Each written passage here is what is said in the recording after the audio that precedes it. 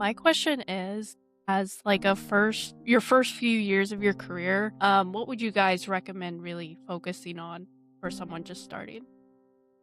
Was not in security for the first few years of my career. So I'm trying to think when I moved into more of a security oriented role, it started kind of on the response side, starting to really understand what happens in the security team when something is either detected sort of proactively and preventatively, or when something manifests within the environment and what our entire, what does it look like to spin up a response, effort and like really understanding that, because at the core that ends up being the foundation of what a security team provides is like knowing what to do when something goes wrong from a cybersecurity perspective and being able to have that kind of muscle and mechanism. So I think like deeply understanding that process is something I would, dive into right off the bat. Yeah, when I moved, I just got out of the military. I was in military intelligence and landed myself into instant response for Homeland Security. And it was learning those processes and understanding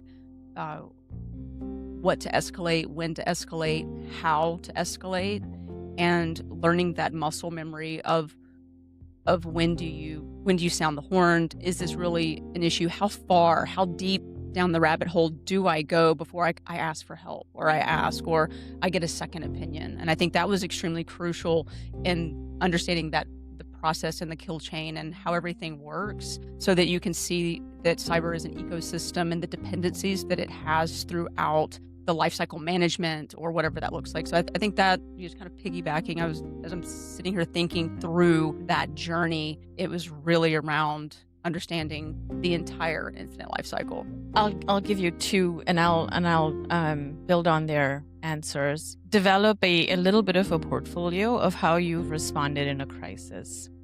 You don't have to have led a crisis. You could have been a part of one. You could have witnessed someone else going through a crisis. But practice your answer on what you would do, or how you have made your way through crisis, or where you've watched someone else do it. As Nicole said, today, most people are interested in bringing folks on their team who have actually led their organization through a really, really bad day. That's one. The second thing I'll tell you that worked for me, if it helps you, this role is at the intersection of privacy, legal, business, and a few other non-IT functions. I actually went to school. I never actually got a law degree, but I went to school for law, and I learned labor law. It's probably one of the things that helps me the most today in my job, just an appreciation for the practice of law.